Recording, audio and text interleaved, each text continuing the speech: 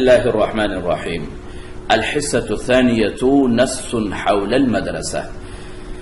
نص کا طریقہ الحمدللہ آپ کو آ گیا ہے کہ حوار سے سوالات نکالے، جوابات کو ترتیب دے۔ یہ جو جملے ہم پڑھتے ہیں اس میں کچھ جملے اور ملائیے، باقی وہی جملے ترتیب دے کر مفردات کی معاونت سے تو ایک اچھا مضمون بن سکتا ہے۔ بعض طالبات کہتی ہیں ہمیں نص بنانا نہیں آتا، ہمیں مضمون لکھنا نہیں آتا۔ مضمون یہی تو ہوتا ہے کہ حوار کے جملے مفردات سے چند جملے بنائیں، اس کو ایک اچھے ترتیب سے رکھیں تو ایک مضمون بن جاتا ہے۔ یہ ایک ابھی مضمون ہے مدرسے کے بارے میں۔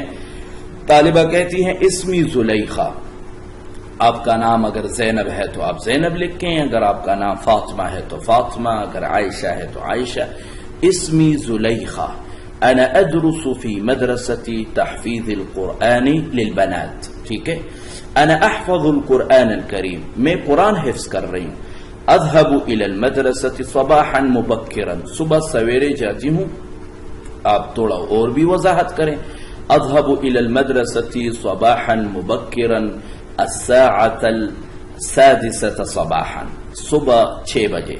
لأن المدرسة بعيدة عن بيتي، وجہ بھی بتا دی کیونکہ مدرسہ بہت دور ہے۔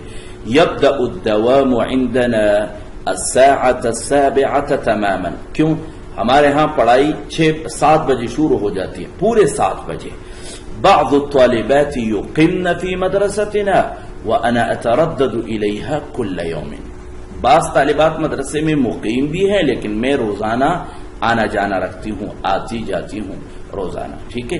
آپ کہہ سکتے ہیں جل الطالبات، معظم الطالبات يقمن في مدرستنا، یا بعض الطالبات يقمن وجل الطالبات يترددن إلى المدرسة كل يوم وأنا أيضا أتردد إليها كل يوم۔ فهمتنا؟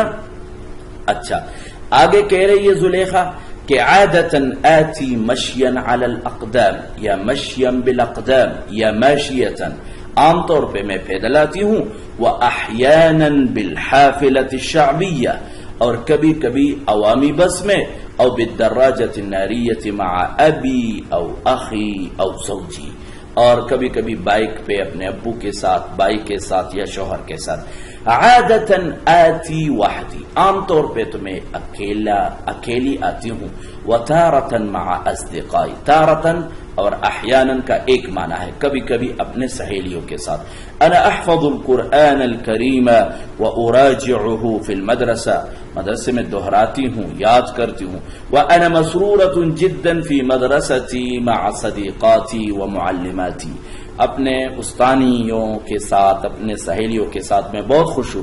والحمدللہ علی ذلک، اللہ کا اس پر بہت شکر ہے۔